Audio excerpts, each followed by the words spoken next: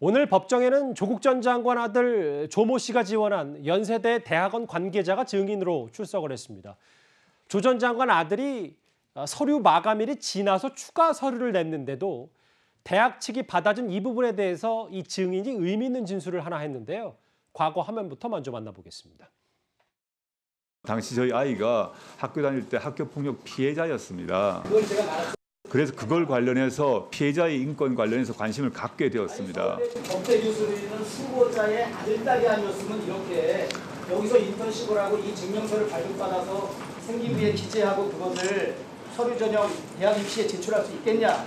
이게 이해가 안 간다는 거죠. 그 점에서 결과적으로 혜택을 입었다는 말씀에 대해서는 제가 비판을 달게 받습니다만은 한번 되짚어보고 갈 부분은 이거죠.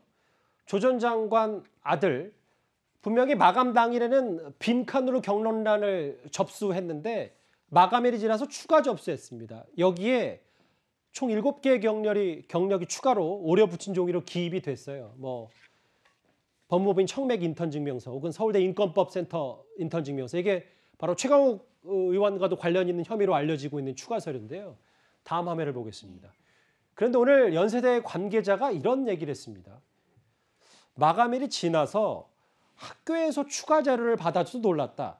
형평에 어긋나는 것이 맞다. 이렇게 얘기를 했습니다. 예, 지금 말씀하신 것처럼 정치인이나 아니면 알려진 공인의 자녀라고 해서 특별히 이제 불이익을 받거나 이런 것도 경계해야 되겠지만, 저희가 제일 사실 국민들이 관심을 가지는 건 주광덕 전 의원이 지금 지적하는 것처럼 아버지가 서울대 법대 교수로 있는 후보자의 아들, 딸이 아니었다면 이렇게 인턴십을 하고 이 증명서를 발급받아서 생기부에 기재하고 서류 전형 대학 입시에 제출할 수가 있겠냐. 이게 혜택을 입었다는 거다. 형평성에 어긋난다는 거다. 공정성에 어긋나는 거다. 이런 지적을 하는데요. 지금 그러니까 연세대 입시 관계자가 얘기를 하시잖아요. 이런 거 처음 봤다. 커버까지 바꿔서 직접 만든 종이를 올려붙인 걸 집어넣은 건 처음이고 형평에 어긋나는 게 맞다. 그리고 정말 안타까운 건 그 당시 다른 학생들은 이럴 수도 있었다는 걸 몰랐다. 그럼 다른 학생들한테는 이렇게 안 해줬는데 왜 이렇게 했겠냐. 이런 얘기가 나올 수밖에 없고요.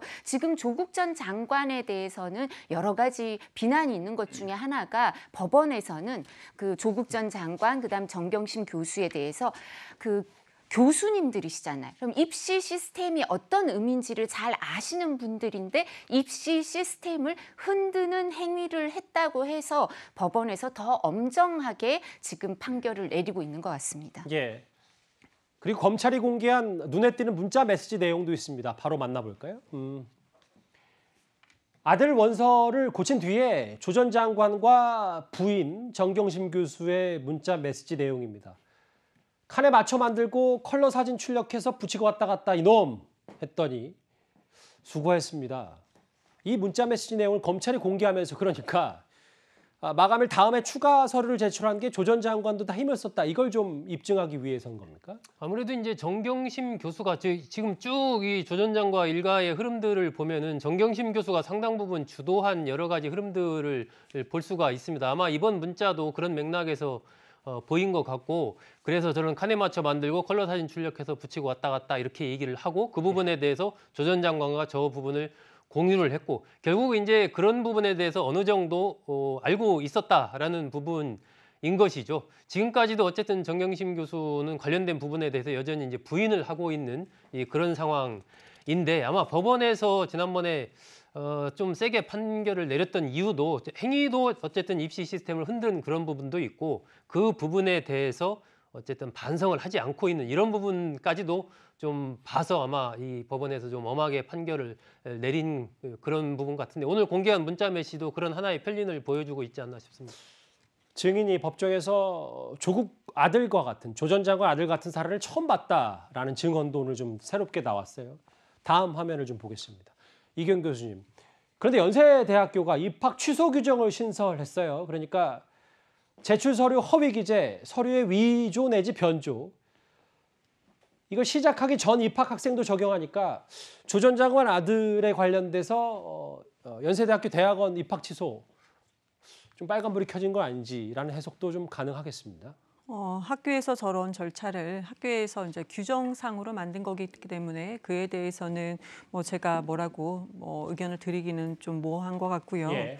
우선은 지금까지 이게 왜 이렇게까지 일어났는가를 좀 짚어보고 싶습니다. 앞서서 압수수색 얘기가 나왔는데 조 전 장관이 권력형 비리로 압수수색을 100여 곳까지 받았습니다.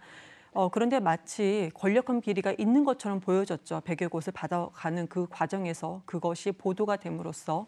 그런데 결론은 그 권력형 비리는 전혀 없고 지금 그럼 자녀들의 입시가 좀 남아있는 것인데요. 우선은 부모 인턴십 프로그램 같은 경우도 지금 제가 좀 과정을 조금만 설명을 드리겠습니다. 네. 이명박 정부 때 이것은 추천했던 것이고 권고했던 사항이고 교육부에서도 그때 당시에 좋은 사례, 우수 사례까지 나와 있던 부분입니다. 그렇기 때문에 우선은 우리가 만약에 잘못했다라고 지적을 하고자 하더라도 부모를 통해서 이렇게 인턴 과정을 했다라는 것은 아주 잘못된 포인트다, 잘못 짚은 거다 말씀을 드리는 것이고요. 그 만약에 앞서서 말씀 주신 것처럼 기간이 지났는데 뭔가 받았다. 이 부분이 만약에 진짜고 그리고 학교에서도 이것이 잘못됐다고 얘기를 한다면 그에 따른 결과가 있을 거라고 생각을 합니다. 예. 저는 오늘 이걸 보면 놀라운 게 연세대가 이제서야 이런 규정을 마련했다. 연세대가 몇 년 됐습니까? 학교 생긴 지가. 꽤 오래됐지 않습니까? 아니 그런 학교에서 이제야 서류 제출의 허위 기재, 서류의 위조 내지 변조하면 입학을 취소한다는 규정을 이제서야 만들었다. 그것도 뭐 대학원에 대해서 또 더군다나 이 대학원은요 뭐 갑자기 이거 저 서류 다 소실해서 없다는 거 아니겠습니까?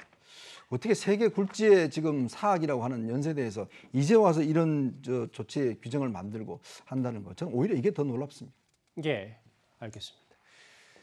조 전 장관과 관련된 오늘 연세대학교 관계자로부터 좀 눈에 띄는 증언 하나가 나왔습니다. 조 전 장관 아들 사례는 처음 봤다. 이 주제 정리하겠습니다.